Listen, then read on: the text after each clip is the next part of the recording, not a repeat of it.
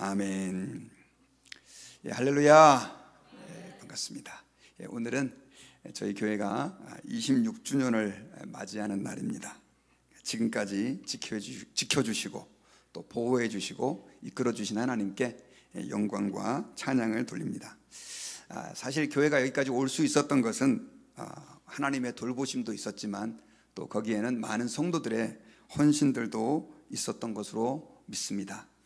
특별히 교회를 위해서 기도하시고 또 몸을 들여 봉사하시고 물질 들여 헌신하신 분들, 또 사역자분들, 또 우리 원로 목사님 계신데요, 우리 원로 목사님, 그리고 또 우리 모든 보이지 않게 이름도 없이 빛도 없이 섬겨주신 분들, 진심으로 하나님 앞에 감사를 드리고 또 그 은혜를 주신 하나님께 영광을 올려드립니다.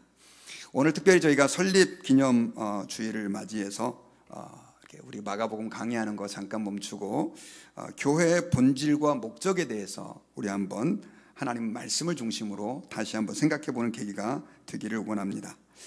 교회의 본질과 목적이다라고 하는 말은 교회가 무엇이고 또 무엇을 위해 존재하는지를 저희가 확인해 보는 그런 말씀입니다.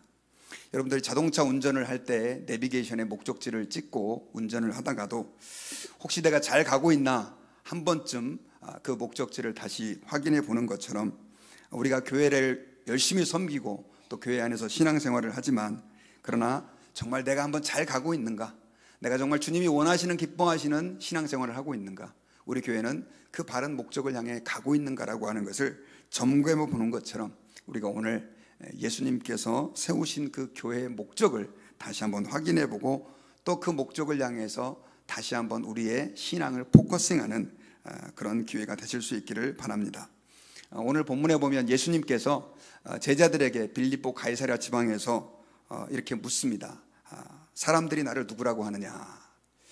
이 예수님께서 질문을 하신 때는 제자들과 함께 2년 정도의 시간을 보낸 시점이었습니다. 어떻게 말하면 이 2년의 시간 동안 제자들은 예수님을 너무나 잘 알 수 있는 시간이었습니다. 그럼에도 불구하고 예수님께서는 남은 1년의 그 공생의 사역을 이제는 군중과 무리보다는 조금 더 제자들에게 집중하시면서 그들에게 다시 한번 내가 누구인지를 한번 확인하고 또 그들에게 진정한 제자의 길이 무엇인지를 증명해주는, 보여주는 그런 시간들을 주님이 갖고 계십니다. 마찬가지로 우리가 오늘 이 시간을 통해서 하나님 앞에서 우리의 근본적인 부르심, 또 교회가 무엇을 위해 존재하는 것인지 어떤 것인지를 발견하고 하나님 앞에서 우리의 신앙생활이 그 주님의 뜻에 합한, 또 우리 교회가 그 주님의 목적에 합한 교회로 다시 한번 재조정되는 은혜가 있기를 주의 이름으로 축원합니다. 자, 그렇다고 한다면 교회란 무엇이고 무엇을 위해 존재할까요? 저는 두 가지로 여러분들께 말씀을 전하려고 하는데요. 첫 번째로는 이 교회는 예수님을 주님으로 시인하는 신앙 공동체라고 하는 것입니다. 교회는 예수님을 주님으로 시인하는 신앙 공동체다. 자, 예수님께서 제자들에게 물었습니다. 사람들이 인자를 누구라고 하느냐? 그랬더니 제자들이 대답을 합니다. 어떤 사람은 세례 요한이라고 합니다. 또 어떤 사람은 엘리야라고 합니다. 또 어떤 사람은 예레미야나 혹은 선지자 중에 하나입니다.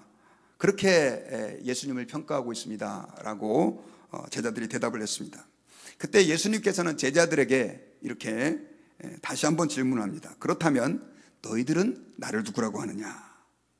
그때 베드로가 위대한 선언을 합니다. 주는 그리스도시요 살아계신 하나님의 아들이십니다. 자, 우리 같이 한번 해볼까요? 주는 그리스도시요 살아계신 하나님의 아들입니다. 이 위대한 선언을 베드로가 하게 됩니다. 예수님은 굉장히 기분이 좋아지셨습니다. 정말 자신이 기대하고 있던 그 답을 베드로가 했기 때문에 그렇습니다. 예수님은 베드로를 칭찬합니다. 바요나 시몬아, 네가 복이 있도다. 이것을 내게 알게 하니는 혈육이 아니요 하늘에 계신 내 아버지다. 너무 교만하지는 마라. 그걸 알게 한 분은 하늘에 계신 하나님 아버지다 라고 하는 것을 베드로에게 다시 한번 확인을 시켜주시죠. 그리고 나서 정말 예수님께서 교회에 대해서 위대한 말씀을 하십니다. 그게 바로 오늘 16장 18절 말씀인데요, 우리 같이 한번 읽어보시겠습니다. 16장 18절 시작. 또 내가 내게 이르노니 너는 베드로라. 내가 이 반석 위에 내 교회를 세우리니 음부의 권세가 이기지 못할 것이다. 자, 예수님께서 베드로에게 교회에 대한 예언을 합니다. 그 예언의 내용은 사실 예수님께서 공식적으로 교회를 언급한 첫 번째 사건이었고 말씀입니다.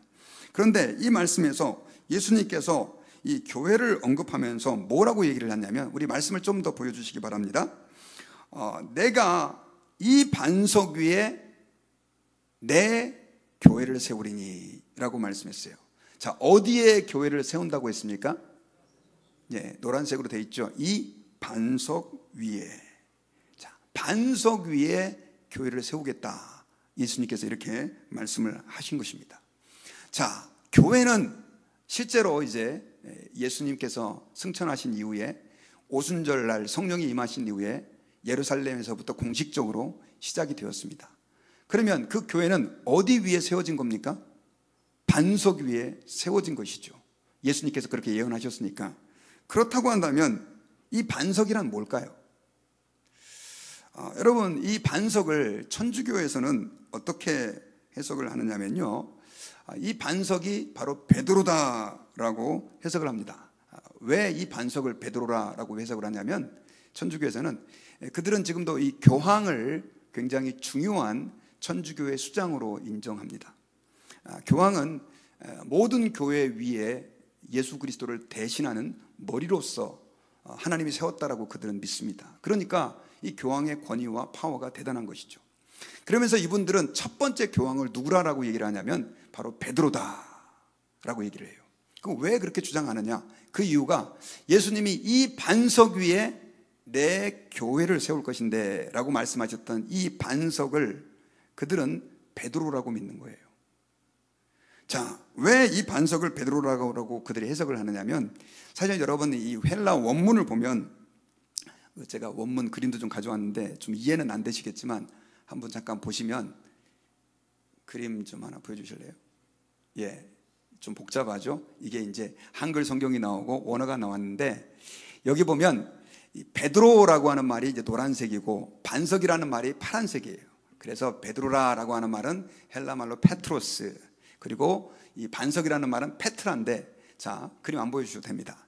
자, 이거 가지고, 자, 내가 네 이름이 베드로인데, 페트로스인데, 내가 그 페트로스 위에 내 교회를 세운다. 그러니까 교회가 베드로 위에 세워졌다라고 주장하는 거예요. 좀 일리가 있지 않습니까? 그런데 저희들은 여기에 대해서 동의하지 않습니다. 그 이유가 뭐냐면, 여기서 말한 이 베드로와 페트로스와 페트라, 반석이라는 말은 비슷한 것처럼 여겨지지만 완전히 다른 단어입니다.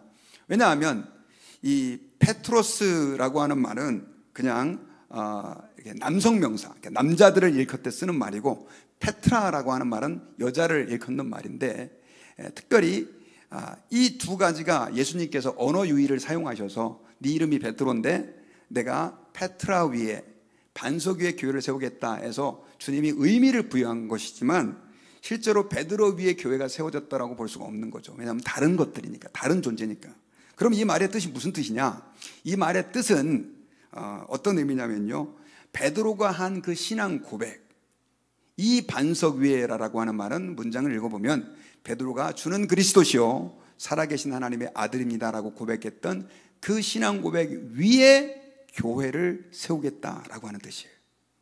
그러니까 우리가 하나님 앞에서 교회에 대해서 한 가지 분명하게 믿을 수 있는 건 뭐냐면, 교회는 어디 위에 세워졌다라고 말씀드릴 수 있냐면 신앙 고백 위에, 특별히 베드로가 주는 그리스도시요 살아계신 하나님의 아들입니다라고 고백했던 그 고백 위에 세워진 것이다 라고 말할 수 있습니다.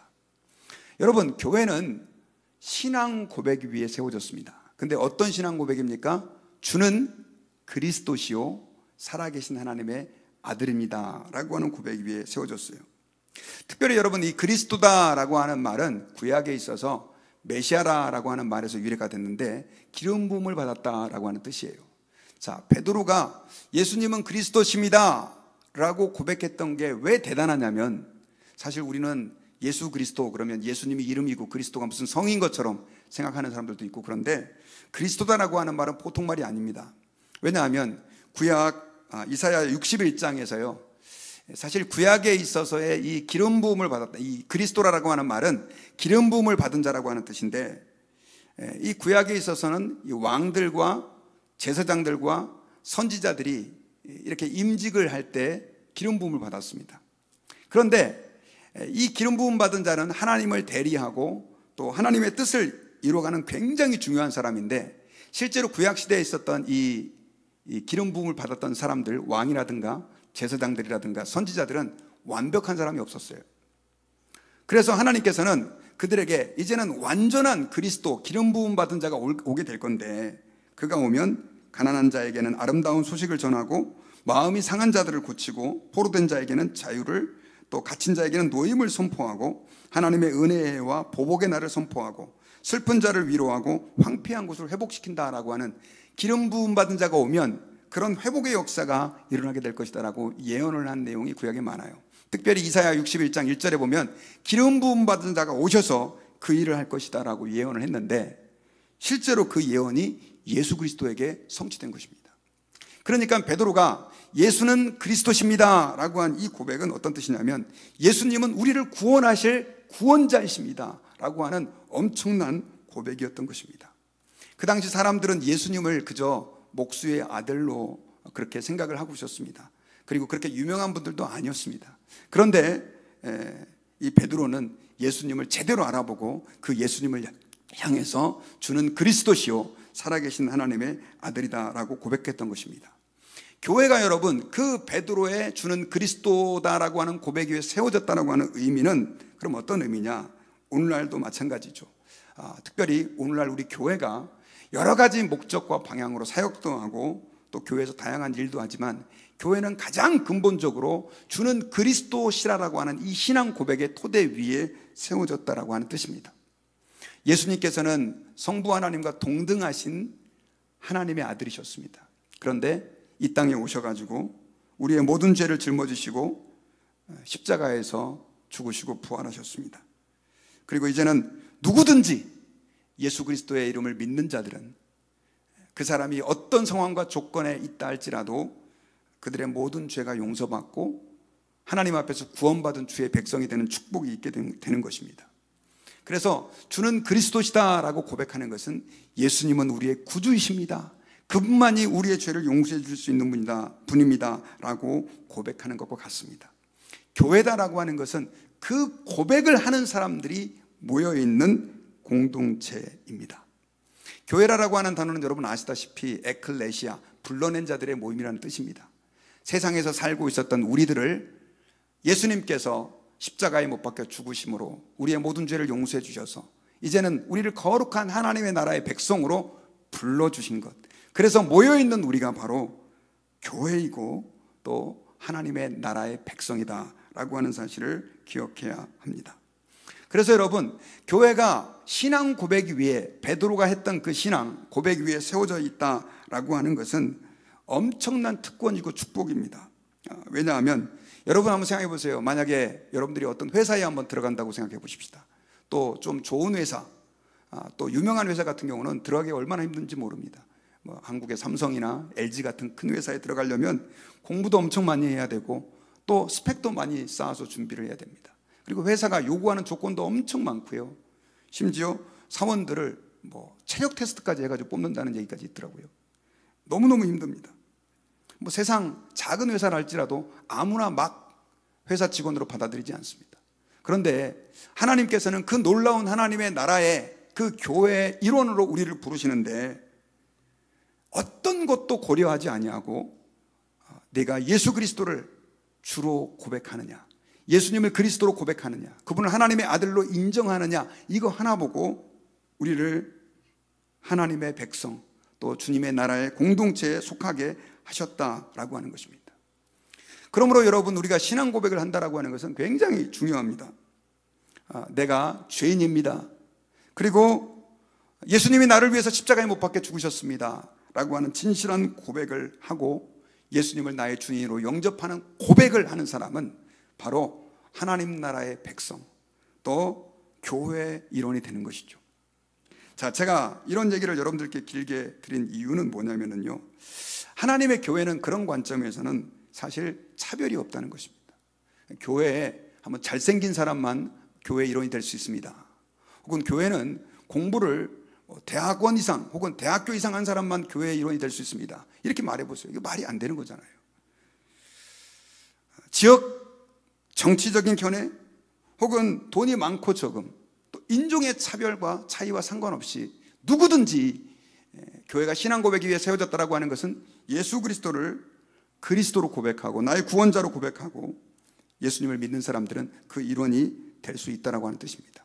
그러므로 여러분, 교회가 그 신앙 고백 위에 세워졌다라고 믿는 사람들은요, 교회 안에서 차별하면 안 돼요. 교회에서 절대 존재해서는 안 되는 건 뭐냐면 차별입니다. 어떤 교회는, 우리 교회는 백인만 받습니다. 또 우리 교회는 흑인만 받습니다. 또 우리 교회는 우리 한국 사람만 받습니다. 사실 이것은 온전한 교회의 모습은 아니죠. 교회는 인종을 초월해야 합니다. 그리고 나이가 적든지 많든지 모든 사람들이 우리 교회에서 하나님의 백성이 될 수 있다는 거죠. 예수 그리스도를 주로 고백한다면 말입니다. 그리고 남자나 여자나 잘생긴 거나 못생겼거나 어떤 형태의 차별도 교회는 존재하지 않는 그런 평등한 모든 사람에게 똑같은 조건이 주어진 곳이 교회다라고 하는 사실을 우리가 기억해야 합니다. 그러므로 교회라고 하는 것은 하나님 앞에서요, 이 차별이 없다라고 하는 뜻은 동일하게 어떤 의미가 있냐? 교회는 하나됨을 지키고 유지해야 할 의무가 있다라고 하는 사실을 우리는 기억해야 합니다. 여러분, 하나님을 우리는 한 분 하나님으로만 믿지 않습니다. 하나님을 우리는 뭐라고 얘기를 하냐면 삼위일체 하나님을 믿는다, 이렇게 얘기를 합니다. 성부, 성자, 성령 하나님이 그렇게 우리가 섬기는 하나님이십니다.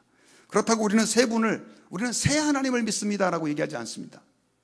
왜냐하면 성부, 성자, 성령 하나님은 하나의 본체를 가지고 계시고 그 세 분이 완전히 동등하고 완전히 연합되어 계시는 거예요. 하시는 일도 다릅니다. 성부 하나님은 우리의 구원을 계획하시고 섭리하시고, 성자 하나님이신 예수님은 이 땅에 사람이 되어 오셔서 우리를 위하여 십자가에 못 박혀 죽으시고 부활하시고 승천하시고 다시 오시는 일들을 하시고, 성령 하나님은 그 예수님께서 이뤄놓으신 그 놀라운 구원을 우리의 삶에 적용시키시는 일들을 하시게 되시죠. 다른 일을 하세요. 그럼에도 불구하고 우리는 세 분을 결코 다르다고 말하지 않습니다. 하나됨을 완벽하게 유지하고 계시죠. 그런데 특별히 예수님께서는 우리가 예수 그리스도를 믿는다라고 하는 것을 뭐라고 얘기를 했냐면 예수님과 하나가 되는 연합이다라고 얘기를 하셨습니다. 그리고 내가 아버지와 하나가 된 것 같이 너희들도 서로 하나가 되라 라고 얘기를 했어요. 사실 여러분, 교회는 어떤 다른 조건들을 가지고 모인 공동체가 아니라 예수님을 그리스도로 모인 공동체이기 때문에 어떻게 말하면 하나 되기가 참 쉽습니다. 하나님 한 분이신 그 아버지 하나님을 중심으로 예수 그리스도의 구속을 믿고 성령의 하나 되심을 우리가 붙잡고 나아갈 때 교회는 하나 되기가 쉽습니다. 그런데도 불구하고 많은 교회들이 서로 갈등하고 갈라지고 또 연합이라기보다도 서로 자기의 이기주의에 빠져가지고 교회가 싸우고 다투는 일들이 너무 많은 것을 우리가 보게 됩니다. 여러분, 그것은 하나님께서 뜻하셨던 교회의 모습이 아닙니다. 교회는 하나됨을 힘써 지키고 서로 하나님 아버지 앞에서 정말로 정말 이 교회 안에서 안 믿는 사람들이 그 하나님의 보편적인 특징, 좀 어려운 말인데요, 모든 사람들을 차별 없이 대하시는 이것들을 우리가 경험하고 누리고 또 하나님 앞에서 실천을 해야만 그것이 온전한 신앙 고백 위에 세워진 교회다라고 말할 수 있는 것입니다. 그리고 두 번째로는요, 교회가 예수님의 것임을 알아야 됩니다. 우리 마태복음 16장 18절을 보면요, 이렇게 기록되어 있습니다.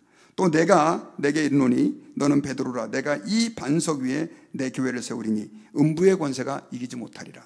자, 교회를 이 반석, 베드로의 신앙 고백 위에 세웠다고 그랬잖아요. 근데 이번에는 주님이 교회를 향해서 뭐라고 얘기를 했냐면 내 교회다라고 이야기를 하고 있습니다. 자, 내가 베드로 너의 이 신앙 고백 위에 교회를 세우는데 너의 교회를 세운다라고 말하지 않고 제자들의 교회라고도 말하지 않고 누구의 교회라고 말하고 있습니까? 내 교회가 누구 교회예요? 어떤 분들은 문자 그대로 해석해서 교회는 내 거야, 내 교회, 이렇게 해석하시는 분들이 안 계시기를 바랍니다. 예수님의 교회입니다. 교회는 예수님의 것이다 라고 하는 것이죠. 사실 이 예수님의 선언 이후에 예수님께서는 승천하시고 성령을 보내주셔서 마가의 다락방을 중심으로 우리가 말하는 초대교회가 세워지게 되었습니다.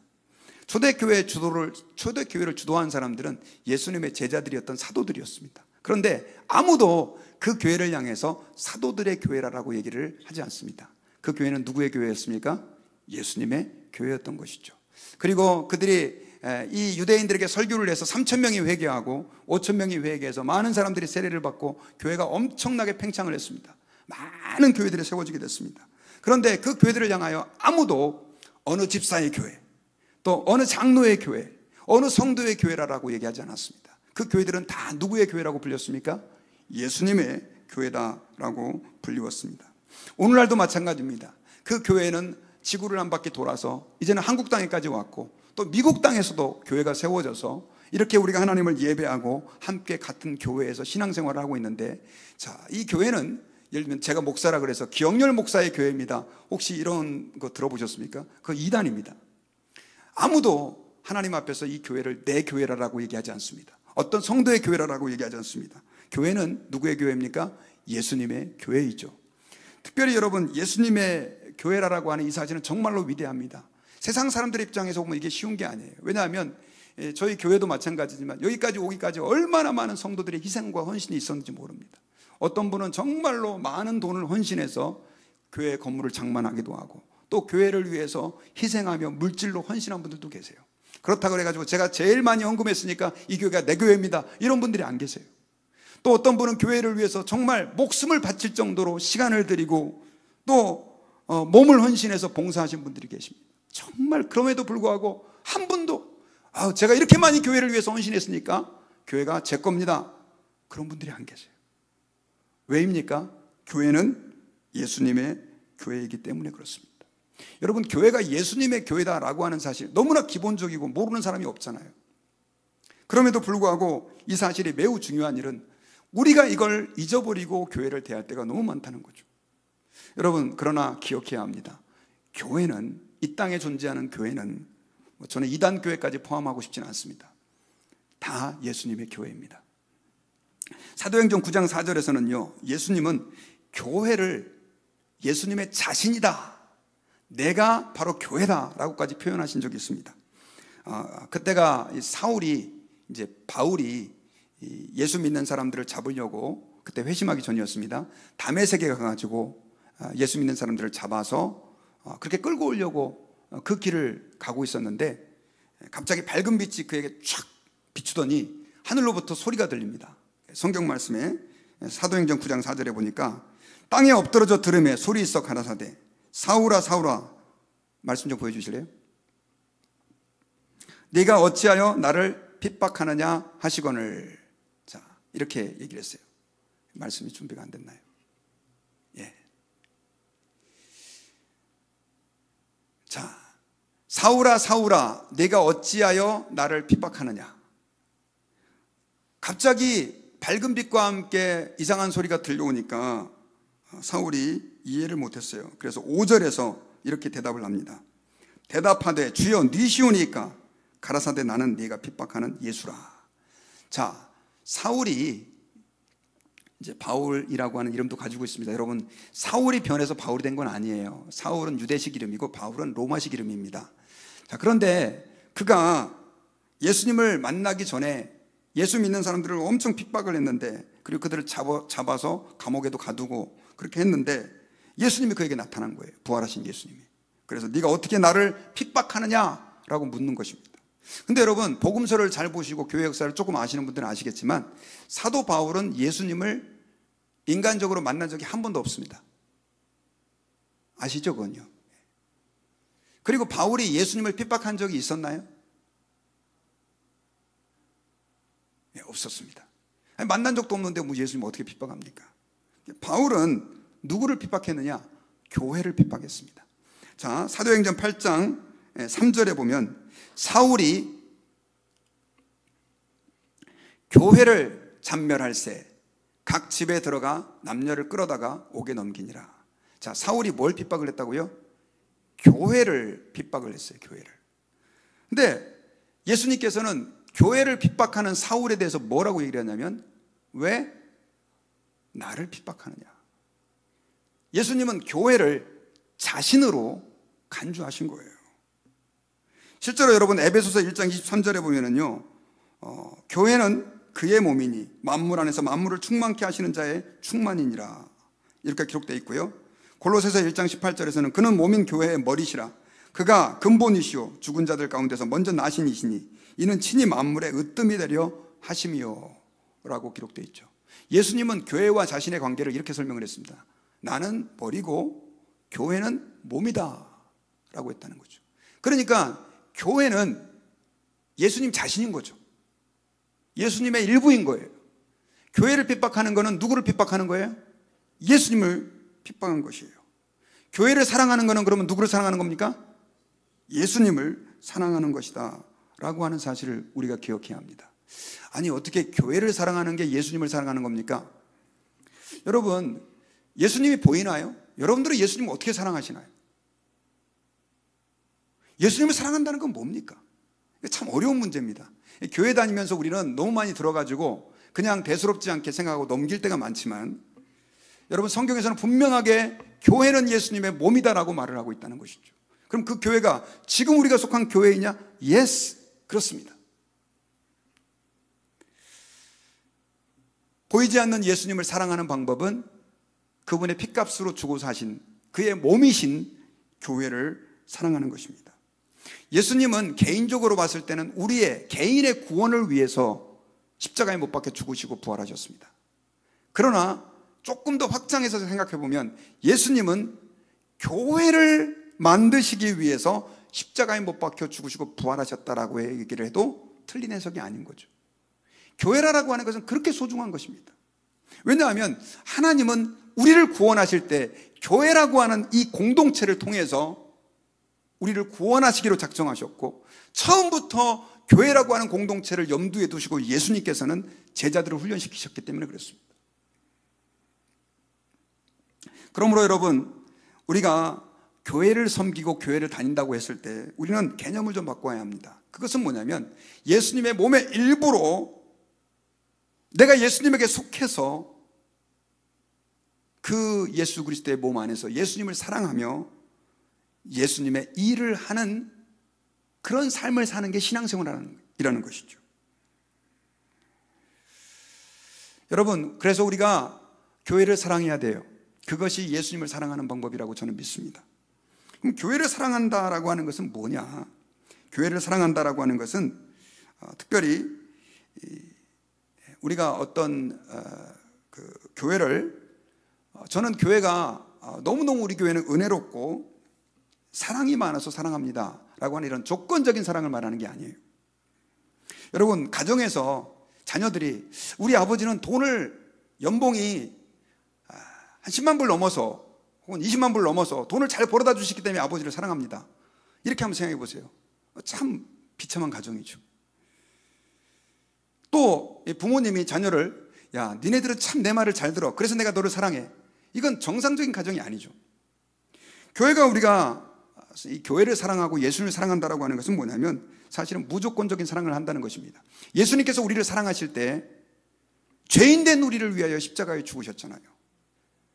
사랑받을 만한 자격이 있어서가 아니고 늘 악을 행하고 하나님 앞에 거역하고 주님의 마음에 못을 박는 우리지만 주님이 사랑하셔서 십자가에 못 박혀 죽으셨던 것처럼 우리가 예수님을 사랑한다라고 얘기했을 때 그것은 뭐냐면 교회를 사랑한다는 것과 같은데 우리가 하나님 앞에서 무조건적으로 형제를, 자매를 사랑하는 것입니다. 좀 내가 생각할 때 좀 불편하고 힘들고 어려운 사람이 있어도 교회를 사랑한다라고 하는 것은 교회이기 때문에 우리가 그 사람들을 사랑하는 것이죠. 만약에 여러분, 제가 목회자인데, 한번 생각해 보세요. 저는 목회자인데 여러분들이 너무 예배도 잘 드리고 헌금도 잘 하시고 그리고 신앙생활도 열심히 하셔서 저는 여러분들을 사랑합니다. 어떠세요? 그거 좀 이상하죠. 사실 목회자들은 그런 분들도 사랑해야 되지만 그렇지 않은 분들까지 저는 사랑해야 된다고 믿습니다. 교회가 사랑한다라고 하는 것은 그런 관점에서 무조건적인 사랑을 말하는 것입니다. 부족하고 사랑받을 만한 자격이 없는 사람처럼 보이는 사람마저도 사랑해야 되는 것이 바로 교회를 예수님의 것으로 인정하는 사람이다라고 하는 것입니다. 특별히 여러분, 교회를 사랑하는 것은 성경에서 구체적으로 그것이 성도 한 명 한 명을 사랑하는, 성도 개인을 사랑하고 그들을 돌봐주는 것이라고 말씀하고 있어요. 마태복음 25장 31절을 보면요, 성경을 읽다가 여러분들이 좀 별로 읽고 싶지 않은 불편한 내용이 기록되어 있습니다. 왜냐하면 최후의 심판에 대해서 기록이 되어 있는데, 여기에 보면 마지막 심판하시는 예수님께서 재림하실 때 찾아오셔서, 왕으로 오셔서 모든 민족을 그 앞에 모으고 두 쪽으로 나눈다, 이렇게 기록이 되어 있습니다. 그러면서 양과 염소를 구분하듯 나누는데, 양과 같은 사람은 오른쪽에, 염소 같은 사람은 왼쪽에 나눈다라고 기록되어 있어요. 그리고 오른편에 있는 자들에게 너희를 위해 준비된 그 하나님의 나라를 약속으로 받아라, 이런 어떤 칭찬을 해주십니다. 그러면서 이유를 설명하는데 뭐라고 설명하냐면, 내가 배고플 때 너희가 먹을 것을 주었고, 목마를 때 마시게 하였고, 나그네 되었을 때 영접하였고, 벗었을 때 옷을 입혔고, 병들었을 때 돌아보았고, 옥에 갇혔을 때 와서 보았느니라. 이렇게 얘기하니까 오른쪽에 있는 분들이 그 왕에게, 그 예수님에게 자기들이 그렇게 한 적이 없는 거예요. 그래서 아니, 우리가 언제 그렇게 했습니까? 기억이 안 나는데요? 그렇게 얘기를 하니까 예수님께서 그 오른편에 있는 자들에게 이렇게 말해요. 자, 마태복음 25장 40절 우리 같이 한번 의미를 생각하면서 읽어보겠습니다. 자, 시작. 임금이 대답하여 가라사대 내가 진실로 너에게 이르노니 너희가 여기 내 형제 중에 지극히 작은 자 하나에게 한 것이 곧, 믿으시면 아멘 합시다. 네.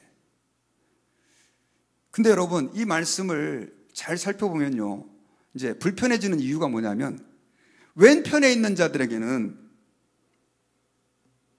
영벌에 들어갈 것이다, 지옥불에 들어갈 것이다 라고 선언하면서 그들에게 저주를 선언해요. 그러니까 이 왼쪽에 있는 사람들이 또 따집니다. 아니, 저희들이 언제 그랬습니까? 언제, 죄송합니다, 영원한 불에 들어갈 것이다, 그렇게 얘기를 하고 나서 이유를 또 설명해 줘요. 너희들은 내가 배고플 때 먹을 걸 주지 않았고, 목마를 때 마실 물을 주지 않았고, 나그네 때 영접하지 않았고, 옷이 없을 때 입혀주지 않았고, 병들었을 때, 감옥에 갇혔을 때 돌보지 않았다.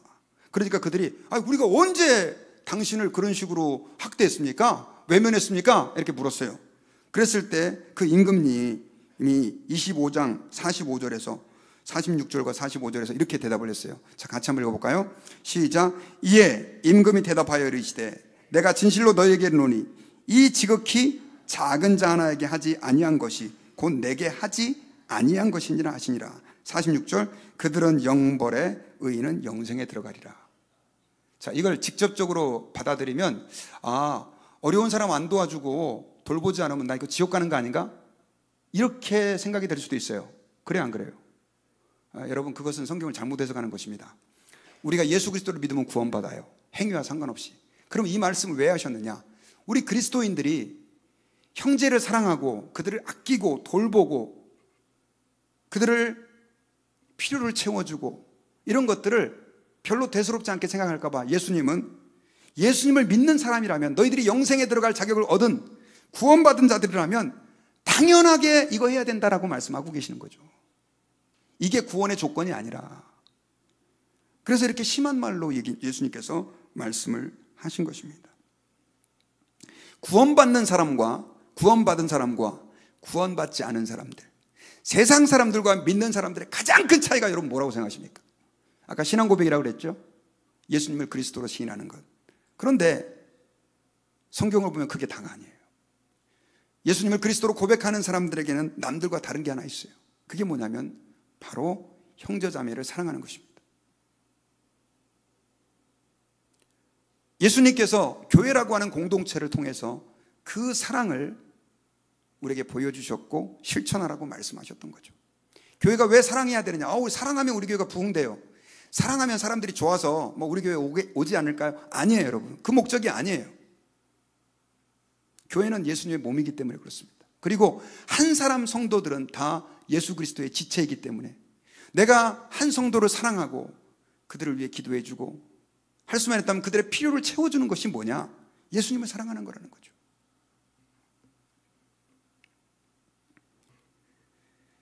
저는 이제 말씀의 결론을 맺겠습니다. 여러분, 교회는 예수 그리스도를 주로 고백함으로 하나님의 백성이 되는 공동체입니다. 어떤 차별도 교회 안에는 존재하지 않습니다. 예수님을 주님으로 믿는다면 우리는 그 사람을 얼마만큼 잘생겼냐 못생겼느냐, 나이가 젊으냐 늙으냐, 많이 배웠냐 못 배웠느냐, 얼마만큼 가졌냐 못 가졌냐, 지역이 어디냐, 어떤 정치적인 입장을 가지고 있느냐, 이런 걸 가지고 차별해서는 안 되는 거예요. 우리는 그리스도 안에서 하나임을 믿으시기 바랍니다. 그리고 교회는 예수님의 것입니다. 예수님은 내 교회라 라고 말씀을 하고 있어요. 예수님을 사랑한다라고 하는 것은 교회를 사랑하는 것입니다. 교회를 사랑하는 것이 예수님을 사랑하는 것이고, 교회를 사랑한다라고 하는 것은 교회 안에 약한 자들, 힘든 사람들, 고통받는 사람들을 예수님께서 우리를 사랑하셨던 것처럼 사랑하고 필요들을 채워주고 도와주고 기도해 주는 것이라고 저는 믿습니다. 그런 자들을 주님께서 기뻐하시고, 그런 교회는 아름답게 영광스럽게 그 교회의 크기를 떠나서 하나님의 뜻을 온전히 성취하는 교회가 되는 줄 믿습니다. 저는 우리 달라스 드림 교회가 그 길을 향해 달려가고 있다고 믿습니다. 앞으로 그 길을 향해 계속해서 전진해야 될 줄 믿습니다. 저와 여러분들에게 그 은혜가 있기를 주의 이름으로 축원합니다.